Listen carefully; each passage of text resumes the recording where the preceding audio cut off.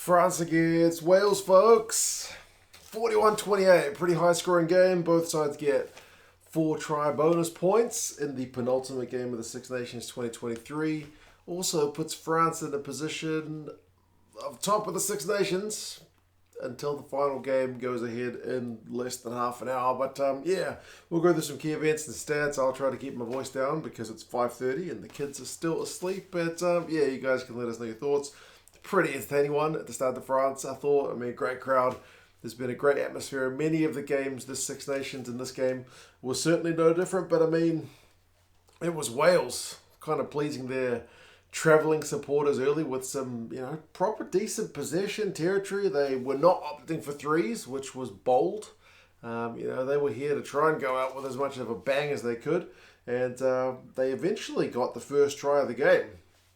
It came on about the 4th attempt. I think they'd already been held up and had a bunch of advantages and whatnot. But George North, I think they said he broke some Six Nations try-scoring record. He's now Wales's top Six Nations try-scorer, so congratulations to him.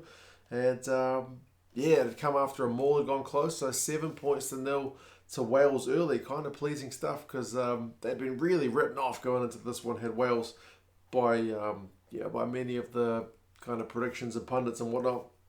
But I mean, France just do what France do, don't they? They don't need that much possession or territory. They just need a little bit of ball, and they can punish you, man. Their first real attack, Ntamack, he beats Nick Tompkins with a one-on-one tackle, which was kind of disappointing because, I mean, it's an area that the Welsh midfielders struggled with, whoever's been picked at 12.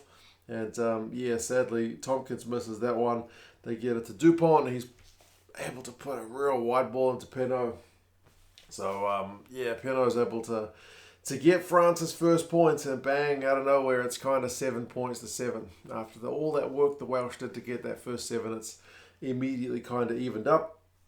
Thibaud had to look at an Atonio deliberate knock-on 14 minutes, but it was one of those ones, fortunately, that they didn't decide was anything nefarious. It was just a genuine attempt to catch the ball, which ended up whacking him in the head after he'd gotten a hand to it. And then from the resulting scrum, which is called from that knock-on, France win a penalty. So they actually get a bit of value out of that one. So maybe that was a deliberate play. Not really. But anyway, 18 minutes. Fickou's maybe a little bit lucky to escape with a penalty only when he kind of lifts the leg of Alun Wyn Jones. They said he didn't drive him into the ground, which was the difference between a penalty and a yellow. I don't know, man. I feel like I've seen that kind of stuff yellow carded before. It's not one of those ones we get debating a yellow versus a red, fortunately. But he's maybe a little bit lucky to not be sanctioned more than just a penalty. But man, just from there, there's just so much Wales possession and territory, but no points. Like eventually, you've got bloody Danty, who I don't know if I've ever seen kick the ball before. He just hoofs it clear. It looks like it might be going to go out on the full, but it actually proves to be a pretty decent nudge. So it's ugly, but it works, and the scoreline is not moving despite all that Welsh pressure. Whereas France, in contrast, when they get a chance for a 3, they want to take the points. They're going for the win first and foremost. They take the lead on 25 minutes, 10 points to 7. And then they get another 3 points. Essentially, it's a bit of a gift. Webb's pass to Big as a bit of a stinker, puts the Welsh under pressure. They concede a penalty. So 13 points to 7.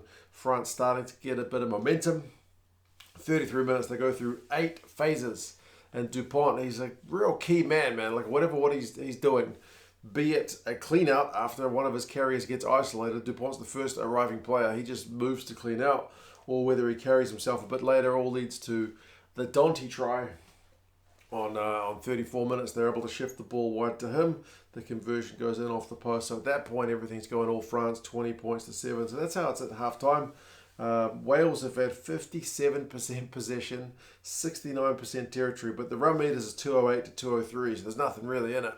But France, that much more effective with that much less ball. Clean breaks is 3-2 to France. Second half, France changed their tactic. They've got a decent lead now. They want to hunt down that bonus point for the Six Nations, to give themselves a best chance in the Six Nations right for that title hunt, even though they need England to do them a big favour. But they go for a scrum. Dupont goes close, and eventually, it was after a penalty, right, where they had a tap and go, was it? I can't remember at this point. It was too early in the morning. But eventually, Atonio slowly, very slowly goes over the line to the point where I think Rees-Zammit tried to tackle him twice before he got to the ground. But yeah, there's a bit of a size difference there. I don't know how many tries I've seen Uini Atonio score, but it's not many. But either way, he was the man closest to the line, and he goes over for a try. So 27 points to 7. The French are 1 try away from that 4th try bonus point, and they get it not long later, man. They're really on fire. End of the first half, start of the second. Fikkou's able to get it. It's from a maul, which gets stopped outside the 22, but then when they just shift it wide, man, some of those key guys, Ntamack passes, and Fickou goes through a gap. So 34 points to 7. It's looking like it could be a real rout if this continues. But fortunately for Wales, they are able to kind of wrestle back a bit of momentum in the game. Bradley Roberts comes on earlier than I expected because the Sheriff's been playing huge minutes in the Six Nations. He comes off the bench and, yeah, he's able to get a try. Kind of all from France having this weird play where they tried to run it out of their own end goal, getting maybe a little bit too confident. You got to love them to back themselves, but even the commentary team that I was listening to were like, France, what are you doing? So yeah, Wales capitalised 34 points to 14. The rain starts coming down. Wales have got some decent territory. Mauvaka has come off the bench and does win them a breakdown penalty to at least get them out of jail, but Wales are not done, man. 65 minutes. All right, is the comeback on? Maybe. I mean, probably not, but maybe when Tipperick, he goes close, they get the ball back inside another phase, and then Thomas Williams, who's added a bit of zip and some nice kicks off the bench, he snipes to make it 34-21. But then Wales, just as they're coming back in, let the foot off the gas a little bit, like they missed touch. Penaud gets a big line break. Gareth Thomas a bit frustrated, just smashes Damian Peato well off the ball, but nothing was doing from that one. But I mean, France kind of lifted a wee bit, I guess with the crowd on their backs as well. They were determined to try and finish with a bang. Their maul went close, they tapped it and went, and eventually they got the ball to Ntamack, who got it to Ramos, who got it to Penaud, to give them that 41-21 lead. I mean, Ramos' kicking from the tee was also pretty spot on. He got all his kicks. I mean, Rio Dyer did get the final try of the game. Down the left wing, beats a couple of tackles, which is a nice one for Wales, to make the scoreline 41-28 a little bit easier in the eye, but you've conceded 40 points, and 4 tries. 5 tries is not great, but it certainly could have been a lot worse, right? So yeah, France do what they can to put themselves in a winning position for the Six Nations, but ultimately it's all about this next game, which we will see very shortly. Possession finishes 54-46 Wales. Territory's pretty even, 51-49 to Wales. Run meters though 435 to 366 to France.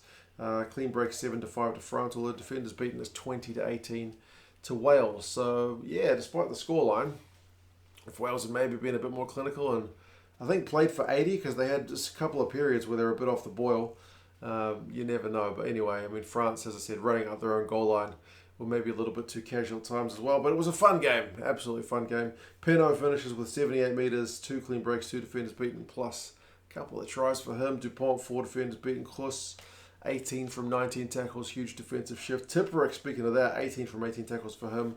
George North gets his try, a couple of clean breaks, 5 defenders beaten. But there you go, folks. Penultimate game of the Six Nations done and dusted. I haven't watched Scotland and Italy just yet. I do know the results, unfortunately, but that's what happens when you don't get up to watch the games live. It was on at 1:30 in the morning, so I saved my energy. What can I say? But yeah, about to go watch Ireland and England. It should be a cracker. You guys let us know your thoughts on this one, though. And yeah, I'll talk to you guys again soon. Ta-ra.